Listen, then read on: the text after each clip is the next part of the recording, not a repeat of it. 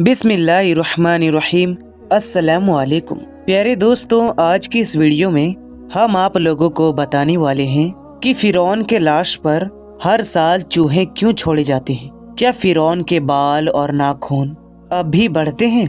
फिरौन की लाश कब और कैसे और कहां से मिली? फिरौन का पासपोर्ट कब और क्यों बनाया गया? क्या ये सही है कि फिरौन की लाश मिस्र के एक म्यूजियम में रखी गई है? क्या वो अब भी लाश है या मम्मी है?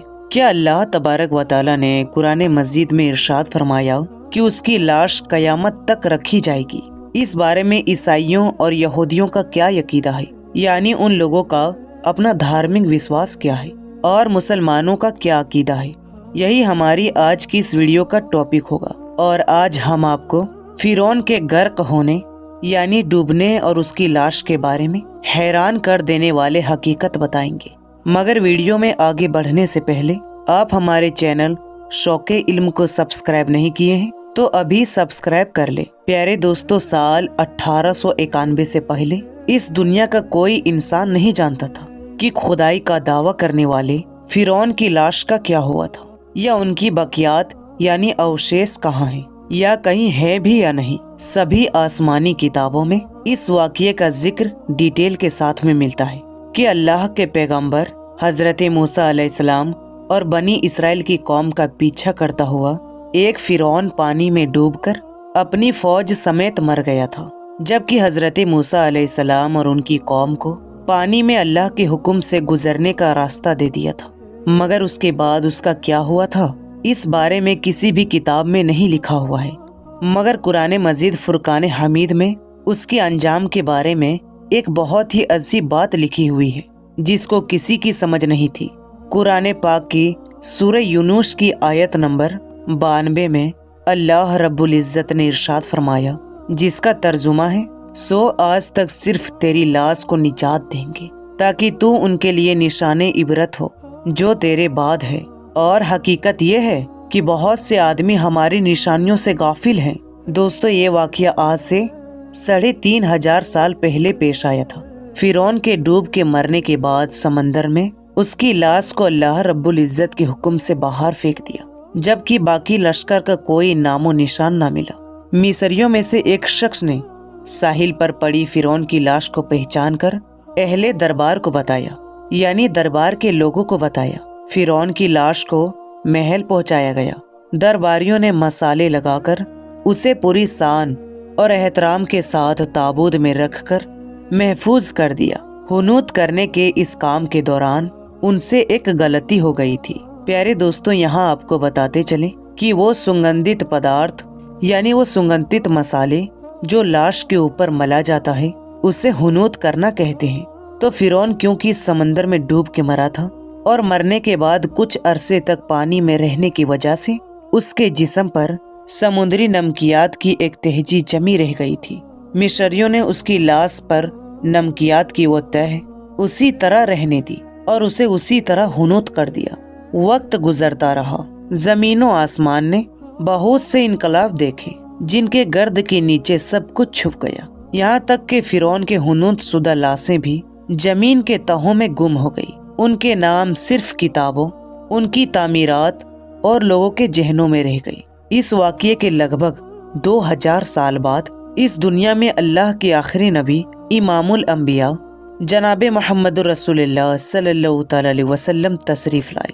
उन पर नाजिल होने वाली आखिरी किताब कुरान मजीद में फिरौनों की किस्सें बहुत ही डिटेल से बयान की गई थी, और उसी सिलसिले में उस फिरौन का जिस्म महफूज रखने की बाबत आयत भी नाजिल हुई थी, जिसकी सच्चाई पर सब ईमान वालों पर पक्का यकीन तो था, मगर वो समझने से नाकाम थे कि उस खुदाई का दावा करने वाले की लाश कहाँ महफूज की गई है और कैसे उसे इबरत का निशान बनाया जाएगा। प्यारे दोस्तों, साल 1871 में मिस्र के एक शहर अल गोर्निया से ताल्लुक रखने वाले गरीब और मामूली चोर अहमद अब्दुल रसूल को फिरौन की हुदून शुदा लाशों की तरफ जाने वाले खुफिया रास्ते तक पहुंच मिल गई। दोस्तों, अहमद अब्दुल रसूल चीजें चोरी करके बेचा करता था। एक दिन वो दरियाए नील के किनारे के करीब ताबिसा के जगह पर उसी सिलसिले में फिर रहा था جب اسے ایک خفیہ راستے کا پتہ چلا، وہاں وہ جو چیزوں کی چوری کے لیے کھود رہا تھا، تو اسی دوران اسے کچھ لوگوں نے پکڑ لیا اور پولیس کے حوالے کر دیا۔ وہ جس جگہ کو کھود رہا تھا وہاں سے ملنے والے راستے کی جب مسلسل کھدائی کی گئی تو سال 1891 کو دوسرے ممیوں کے ساتھ اسی ڈوبنے والے فرعون کی لاش بھی مل گئی۔ اس کے کفن پر سینے کی جگہ پر اس کا نام لکھا ہوا تھا۔ ان ممیوں کو ماہر لوگ قاہرہ لے گئی۔ جب ان ممیوں کا ڈیٹیل کے ساتھ جانچ پڑتال کیا گیا تو فرعون والی ممی پر جمی نمکیات کی تہ سے ثابت ہو گئی کہ یہ وہی فرعون ہے جسے اللہ رب العزت نے پانی میں ڈبا کر کے بدترین انجام سے ہمکنار کیا تھا۔ دوستو، یہ ایک بہت بڑا واقعہ تھا۔ اس کی ثبوت کے لیے دنیا بھر کے ماہرین آثار قدیمہ اور سائنسدان مصر کی طرف جانے لگے۔ الگ الگ سائنسی ٹیسٹ کرنے کے بعد دنیا بھر کے سائنسدانوں نے ثابت کر دیا کہ دوسری سب لاشوں کی تلنا میں صرف فرعون کی لاش پر ہی سمندری نمکیات کی تہ جمی ہوئی تھی۔ اسی ثبوت کے بعد اسے فرعون کی لاش قرار دے کر عجائب گھر میں محفوظ کر دیا گیا۔ سال 1982 میں فرعون کی ممی خراب ہونے لگی تو اس وقت کی مصری حکومت نے فرانس کی حکومت کو درخواست کی کہ فرعون کی ممی کو خراب ہونے سے بچایا جائے، آدھونک سائنس کے ذریعے سے اس کی موت کی وجہ بھی معلوم ہو جائے۔ مصری اور فرانسیسی حکومت نے مل کر ممی کو فرانس لے جانے کا انتظام کیا اور اس سلسلے میں فرعون کی ممی کو فرانس لے جانے کے لیے فرعون کی ممی یعنی اس لاش کا پاسپورٹ بنایا گیا، کیونکہ فرانس کے اندر داخلے کے لیے اس وقت لاش کے لیے پاسپورٹ بنانا ضروری تھا۔ دوستو، کہا جاتا ہے کہ جب فرعون کی لاش کو فرانس پہنچایا گیا تو ایئرپورٹ پر اس دور کے فرانسیسی صدر خود حکومت کے جتنے بھی بڑے بڑے لوگ تھے تمام لوگ اور فوج کے آفیسروں کے ساتھ استقبال کے لیے موجود تھے۔ فرعون کی لاش کا استقبال کسی بڑے زندہ بادشاہ کی طرح کیا گیا۔ فوجی دستوں نے سلامی دی۔ فرعون کی ممی کو ماہر ڈاکٹروں کے ٹیم کے حوالے کیا گیا۔ اس ٹیم کی سربراہی ڈاکٹر مورس نے کی۔ مائکرو اسکوپ ٹیسٹوں کے ذریعے ممی کے تمام انگوں کا باریک سے دیکھ بھال کیا گیا تو معلوم ہوا کہ اس کے لاش اور جسم میں سمندری ذرات ابھی تک موجود ہیں اور اس کا گوشت ہر روز تازہ ہوتا ہے اور بڑھتا ہے، اور موت کی وجہ بھی پانی میں ڈوبنے کی وجہ سے ہوئی تھی۔ ایک بادشاہ کی موت پانی میں ڈوبنے کی وجہ سے ہو، یہ ڈاکٹر مورس کے لیے حیران کن بات تھی۔ اس نے اس ممی کے بارے میں اور بھی جاننے کی کوشش کی تو اسے معلوم ہوا کہ اس بادشاہ کی موت کی حالات مسلمانوں کے پیغمبر حضرت محمد مصطفیٰ صلی اللہ تعالی علیہ وسلم پر اترنے والی کتاب قرآن مجید میں ڈیٹیل کے ساتھ درج ہے۔ اسے معلوم تھا کہ جہاں سے یہ لاش ملی ہے وہ ایک اسلامک دیش ہے۔ کھوج کے ہاتھیں مجبور ہو کر وہ مصر پہنچا۔ وہ ایک سائنسدان تھا۔ اس نے اس معاملے میں مصر کے ایک سائنسدان سے ملاقات کی۔ اس سائنسدان نے قرآن پاک کھول کر اسے سورہ یونس کی آیت نمبر 90 تا 92 کا ترجمہ لفظ پہ لفظ سنایا۔ فرعون کا خدائی کا دعویٰ، اس کا پانی میں ڈوب کر مرنا اور پھر پانی سے نکال کر اس کی لاش کا ہنوت ہو جانا اور پھر دوبارہ لاش کا ملنا اور پھر اس کی لاش کو آدھونک سائنسی دور میں دوبارہ محفوظ کیا جانا، سب کا اشارہ ایک طرف تھا اور بہت کلیئر تھا۔ دوستو، یہ اللہ رب العزت کی شان، مقام اور مرتبہ ہے، اور اس نے فرعون جس نے خدائی کا دعویٰ کیا اور اس پروردگار عالم کے مقابلے میں آیا، اس کی لاش کو قیامت تک نشان عبرت بنا دیا۔ فرعون وہ اکیلا شخص ہے جس کی لاش میں گوشت ترو تازہ لگتا ہے جیسے ابھی اس کو کسی نے سلایا۔ اس کے بال اور ناخن بڑھتے ہیں، بلکہ اس کے لاش پر گوشت بڑھتا ہے اور بڑھتا رہتا ہے۔ ہر سال 15 مارچ کو اسی میوزیم میں چوہے رکھے ہوئے ہیں جو اس کے اوپر چھوڑے جاتے ہیں اور وہ اس کا بڑھا ہوا گوشت کھا جاتے ہیں اور پھر اس کی ڈریسنگ کی جاتی ہے اور پھر اس کو دوبارہ شیشہ کے اندر رکھ دیا جاتا ہے۔ پیارے دوستوں، فرعون کی لاش کے بال، آنکھیں بالکل صحیح، ہر چیز بالکل صحیح سلامت ہے۔ وہ لگتا نہیں کہ یہ 3500 سال پرانی ممی ہے۔ ممی اور لاش میں فرق ہوتا ہے، ایسا لگتا ہے کہ یہ نئی اور تازہ لاش ہے۔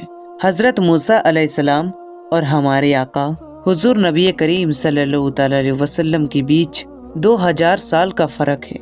मैं तुम्हारे जिस्म को निजात दूंगा और लोगों को कहूंगा कि देखो ये अंजाम है खुदाई का दावा करने का। एक बार मूसा अलैहिस्सलाम ने पूछा, ऐ परवरदिगार आलम, तू फिरौन को इतनी मोहलत क्यों दे रहा है? वो तो कहता था मैं खुदा हूँ। तो अल्लाह रब्बुल इज्जत ने इरशाद फरमाया, ये कमबख्त अपनी आवाम में अदल करता था, इसीलिए इसको मैं मोहलत देता रहा। जब इसने जुल्म किया तो फिर पकड़ा। प्यारे दोस्तों, फिरौन की लाश के हवाले से ईसाइयों और यहूदियों का ये अकीदा है कि फिरौन पानी में डूबकर नहीं मरा था, बल्कि वो उस वक्त बच गया था और बाद में तिब्बी मौत मरा। और कुरान मजीद में आयाते बय्यिनात के मुताबिक मुसलमानों का ये अकीदा है कि फिरौन को अल्लाह रब्बुल इज्जत ने पानी में डुबाया था और कयामत तक उसकी लाश को निशाने इबरत बना दिया। प्यारे दोस्तों, फिरौन की मम्मी नहीं बल्कि लाश है। फिरौन की लाश ऐसे महफूज करके दुनिया के सामने लाकर रख दी गई कि इंटरनेट के क्लिप पर, अखबार पर, टीवी चैनल्स पर और अजायब घर में अरबों इंसानों की आंखों के सामने पिच की काबिले तर्स हालत में मौजूद है। इबरत के लिए, सोचने के लिए कि इबादत के लायक और हमेशा रहने वाला वही है जो सबका खालिक और राज़िक है। डॉक्टर मुरस ने आयत का तर्जुमा सुना तो उसी वक्त पुकार उठा, अल्लाह सच्चा है, कुरान सच्चा है और अल्लाह के नबी इमामुल अंबिया जनाब हजरत मोहम्मद मुस्तफ़ा सल्लल्लाहु अलैहि वसल्लम सच्चा है। कलीमा पढ़ा और मुसलमान हो गया। प्यारे दोस्तों, हम ये उम्मीद करते हैं कि हमारी आज की ये वीडियो आपको ज़रूर पसंद आई होगी। अगर ये वीडियो आपको पसंद आई हो तो वीडियो को लाइक करें और इस वीडियो को अपने दोस्तों और रिश्तेदारों तक ज़रूर से ज़रूर शेयर करें। तो दोस्तों, इंशाअल्लाह मिलेंगे अगली वीडियो में। तब तक के लिए अस्सलाम वालेकुम, अल्लाह हाफिज़।